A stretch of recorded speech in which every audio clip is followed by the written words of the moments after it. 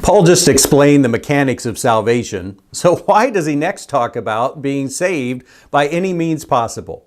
Did he have questions? Should we?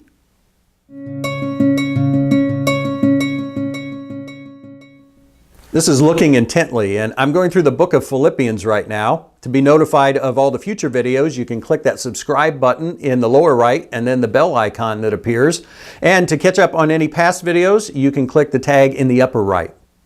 Well, it's in verse 11, Paul says this thing that raises this interesting question. He talks about that by any means possible, I may attain the resurrection from the dead. Does Paul not know how a person's saved? Does he think there's more than one way? Obviously not, but what does he mean? And the answer to that question and all others when we have a question about the Bible comes from the context. And here the context is verse 10. Paul says that I may know him, talking about Jesus, and the power of his resurrection. Paul says, I want to know that. And I'm like, I do too. You know, I want the same power that it took for God to raise Jesus from the dead. I want that power in my life. Well, Paul also says, and may share his sufferings. And there's that phrase again, that idea again that we'd like to avoid, but Paul's made it clear we can't. It's part of the Christian life. I did a video on his passage on that previously. You can click this tag and check that out.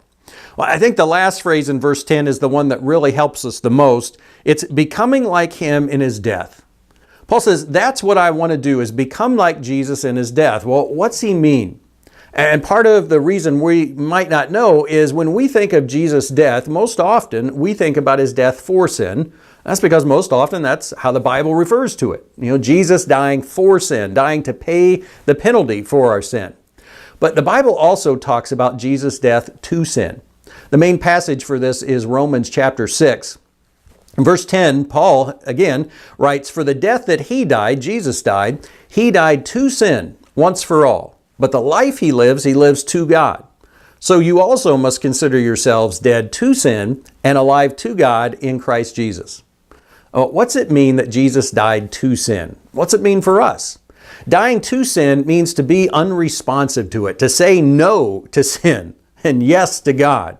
Throughout his whole life, Jesus did that. He resisted temptation. Talking here about the end of his life in the garden and facing crucifixion right then, Jesus, that was his final no to sin. Well, when we became a Christian, we agreed to say no to sin, to commit to living for God. And throughout our Christian lives, we live that out. Well, that helps us then understand verse 11. Paul there says that by any means possible, I may attain the resurrection from the dead. You know, that last phrase, he's talking about the culmination of salvation. I've been forgiven my whole life. I've been being transformed. Ultimately, it will result in my being resurrected from the dead and receiving that glorified body to spend eternity in heaven with.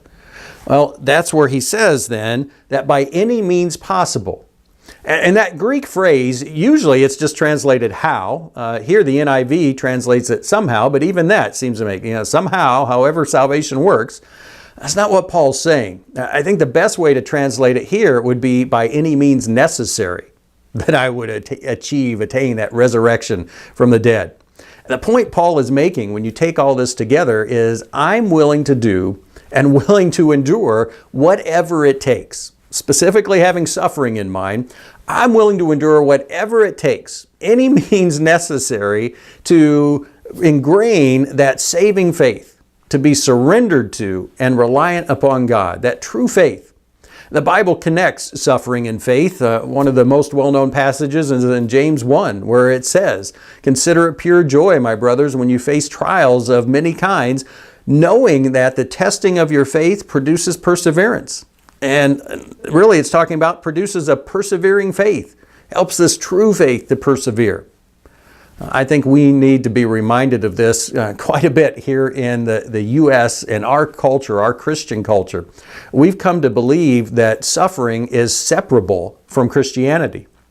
That I can be a Christian and expect not to suffer. I can avoid suffering. The Bible doesn't say where to look for it, but it certainly tells us we are going to experience it. We should expect that. And two, we need to face it with that attitude that James talks about, that Paul is referring to here. An attitude that says, how can it help strengthen and ingrain my faith? My faith in God and Jesus and what He's done. Well, ask yourself, how do I view suffering? Have I bought into this U.S. Christian mindset? It's easy to. It's certainly appealing. And then what can I do to view suffering more biblically? And the answer to that, at least part of it, is the same thing I say all the time. Read the good book like a good book.